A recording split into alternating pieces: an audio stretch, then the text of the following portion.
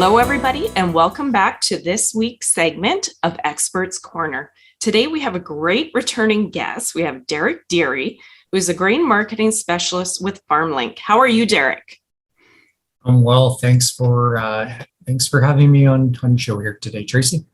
Excited to have you back. Today, we are going to be chatting about 5 questions to kickstart your grain marketing plan. Before we dive in, and for those individuals that may have missed our last segment together, the value of working with an advisor, do you mind telling our audience a little bit about you and what you do? Absolutely, and really looking forward to today's topic. So my name is Derek Dery, and I'm currently in the role of grain marketing specialist with FarmLink Marketing Solution, Western Canada's leading grain marketing company, and also wear a farmer hat all throughout the day as well. So my family and I, we farm about 6,000 acres, and we've worked on our grain farm and growing that business as well for the last 15 years. I'm grateful to have the opportunity to work with FarmLink for over 13 years as well in various roles, and I'm super excited to help the business develop Grain Fox and continue to work with farm clients. Excellent. Thank you for sharing.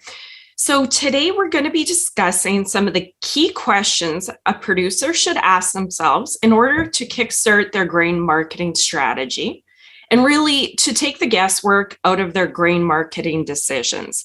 So where would you like to start, Derek? Yeah, let's dive right in. So, I like to start with questions that may not seem like grain marketing questions off the hop. However, they're extremely important. So, one question to ask yourself as the farmer, what are your goals? What are your business goals? And that's kind of what we try and help farm clients identify. Because if you have goals, you can define purpose for a strategy. And we need purpose. So goals that I see for many clients that we work with can be like strong objective goals. Say, for example, I would like to get my farm to $3 million in gross sales. Or perhaps some goals may be, I really want a better storage system. I'd love to have storage for 40 bushels per acre, a grain dryer, be able to store my grain till July, to really build that out. I may also just want to look at building this legacy of the farm and working through succession planning in a way. So if we know what the goal is for a farm client, or for example, if you can identify what your business goal is, then you can have purpose to build out a strategy. And that's what we work with on the grain marketing, is to build that strategy. Okay, excellent. So once the producer identifies what their financial goals are, what's the next question they should be asking themselves? You bet. So step 1, we have goals. So we've identified the goals, or helped the farm identify the goal. And listening here today, it'd be great. Just take some time and get an envelope, back of the envelope, and write down, kind of what some goals are that are important to your farm. Then I want you to ask yourself, when it comes to applying strategy, why am I selling my crop today? Why am I selling today? I want you to ask yourself that. And if you ask that question, you uncover reasons that you may know of already that need a little bit more attention, or you may uncover some reasons that you really haven't put much thought into. So why am I selling today could lead to, for example, am I selling more in emotion? Is it more of a gut feeling? If there is no strategy behind it to help me be a bit more disciplined, Am I selling because something triggered me today? I saw a text message and a price that made me want to sell at these prices. And then bring that back to strategy. What is the strategy behind the sale that I'm going to make? So that's a question to challenge each farmer to ask. Again, why am I selling today?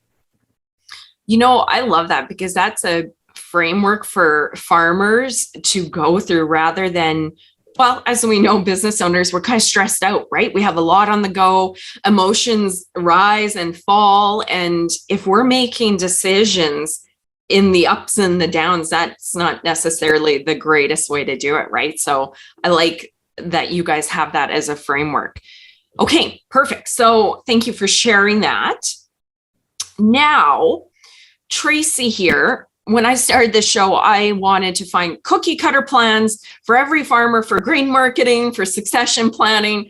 And then I quite realized it's not like that. There's no one size fits all because every farm's so different. And each producer's operation is unique. And obviously, their grain marketing strategy will be as well. So, can you share a few factors that farmers should be considering? For sure. And each farm, including my farm, we're all very beautifully different when it comes to how we're structured, what type of soil we farm, what crops we can grow. And because of that, we all have different farm constraints, which are extremely unique. And it really can vary even in a locale. It can vary from one side of a community to the next, depending on weather patterns and soil texture, for example, as far as what crops you can grow, which create cash flow and key payment periods based on those crops. How much crop you're going to grow, what storage you need for it, and then also on top of profitability for each crop, the capacity to get the work done. For example, for our farm, we're hauling with straight trailers, 25 ton, 30 tons at a time. So if we want to haul 1,000 ton of grain, we have 100 loads to haul in.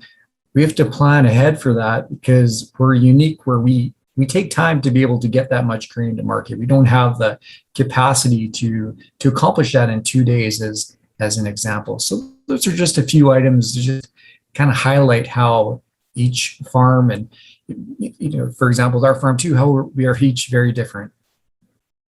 Okay, excellent.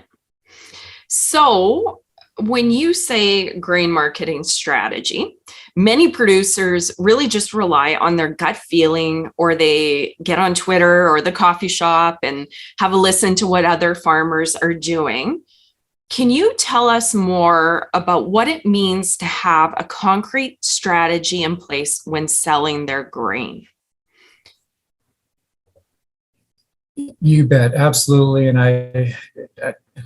as I answer this question, I just keep going back to the many conversations that grain marketing advisors are having with farms every day. And a lot of it is on the baseline. Again, as a farmer, if you ask yourself, do you have a marketing strategy and how robust is it? And that's what we're continually work with farms to help develop that strategy. As an example, and this isn't a bad thing, it's just the way we've always done things as farmers. Perhaps we have relationships with local buyers and maybe we rely on that as part of our marketing strategy.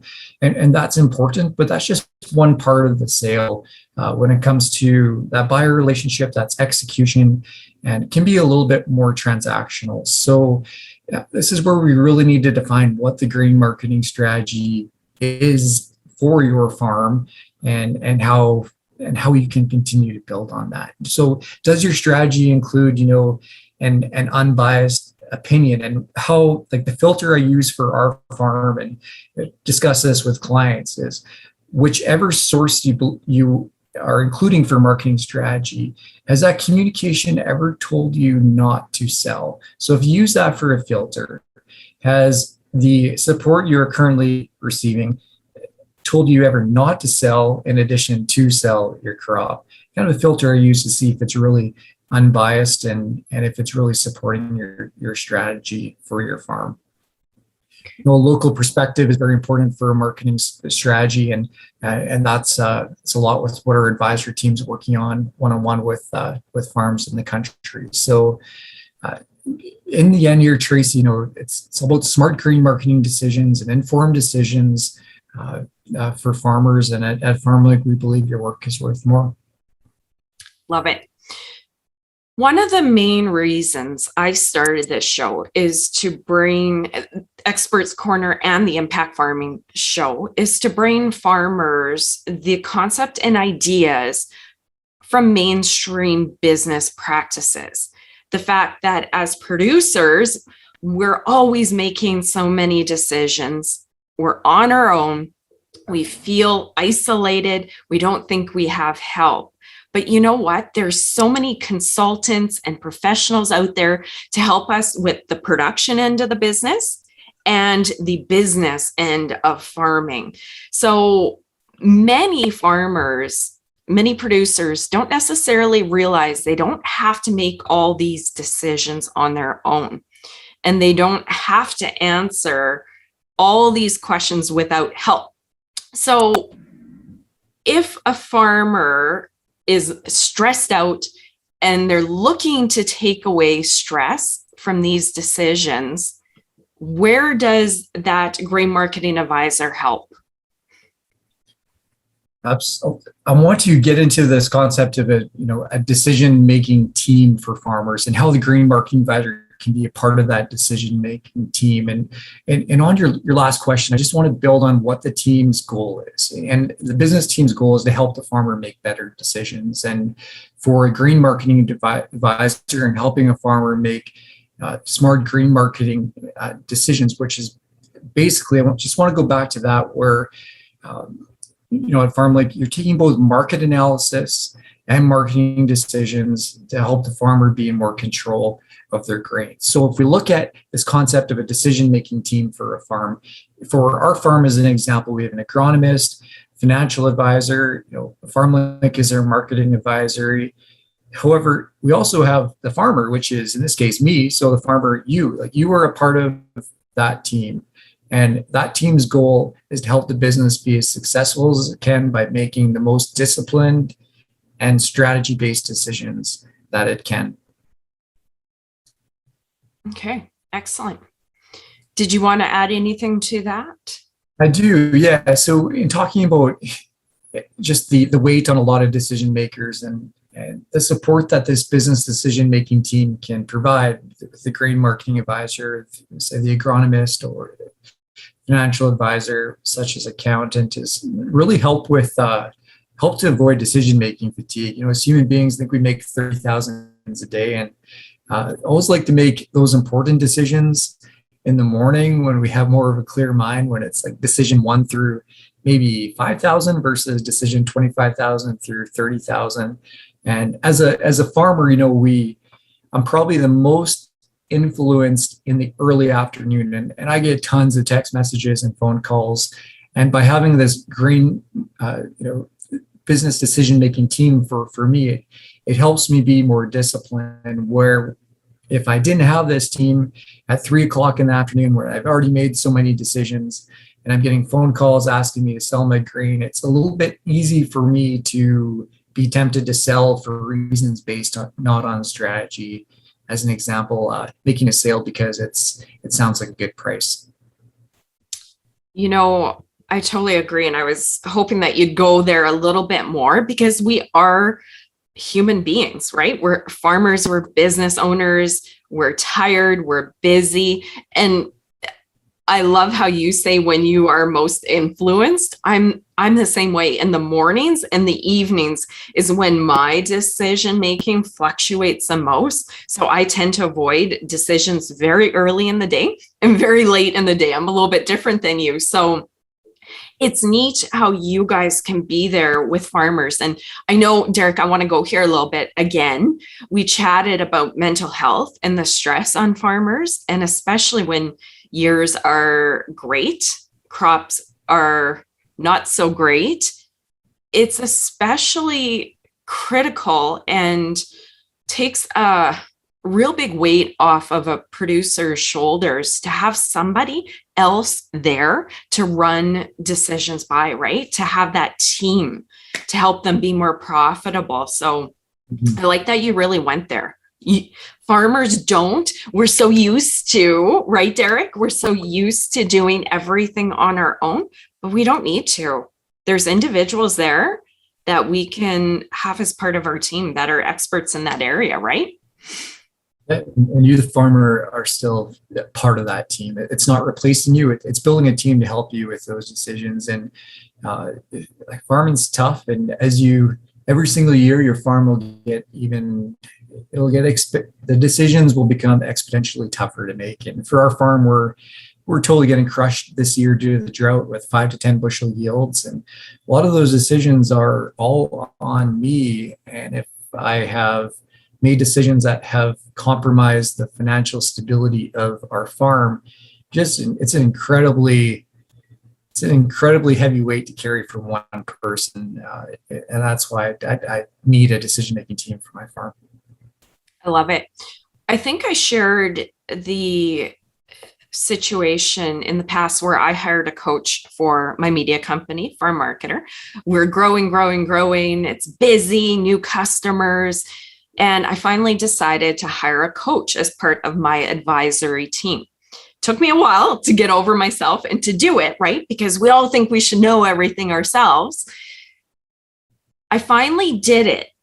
And what I found, not only do they have an expertise and have been there, done that, work in certain things daily so they can provide me with feedback. But one of the things I found is, let's say you were my coach, or in this case, a grain marketing specialist. I'm Farmer Tracy, getting ready to sell. And, I probably have a really good idea that I want to sell and it's a good time. But when there's a lot of pressure, often I found the value in advisors as well was being able to pick up the phone and saying, hey, Derek, I'm thinking of selling. Is this a good time? Not only, right, do you provide me with Tracy, have you thought about this? Or it's just, yeah, Tracy, it's looking good, right? Yeah, absolutely. And without purpose, it's easy to revert to selling for the wrong reason, Tracy. And exactly to that point. If you can front end load those decisions via a customized grain marketing plan. So as you, Farmer Tracy, if we have talked about those potential outcomes for the past 3 to 6 months, you will be picking up the phone to call me, because there's going to be something that triggers you that really wants you to sell. And then we can talk about it. I'm part of your decision-making team. We can talk about it. Say, hey, we've been talking about this for the last 3 to 6 months. I think we should sell. Everything is lined up to what we planned for. We've done the work. I agree with you. We should sell. The most important part of that conversation is just having that person to work through the decision with. I love it. That's one of the main things that I loved with having a strong team of advisors, not only their expertise, but that ability to have support and reach out and get confirmation that that decision's right. So thank you, Derek. I just love getting into the psychology of it, because again, sometimes as business owners, we can be our own worst enemy and think we need to do everything on our own, right? So I love that you guys are joining us on Experts Corner and sharing your wisdom. Thanks so much for coming on and sharing the 5 questions to kickstart a farmer's grain marketing plan. Now, if there's producers out there that want to get in touch with you, how can they do so? Very good. It was great to connect again. And for you, the producer, if you're working through that back of the envelope calculation, you've got a few goals, you're ready to start the conversation, you can go to FarmLink's website and connect with a grain marketing advisor via farmlinksolutions.ca. There is a section called the value of working with an advisor. And there's also a button that says connect with an advisor that you can follow and book a consultation through there as well. So we'd love to sit down and carry that conversation further. Thanks again, Derek. As always, I enjoy you spending the time sharing your expertise. And thank you in the audience for joining us on another segment of Experts Corner. See you next time. Bye, guys.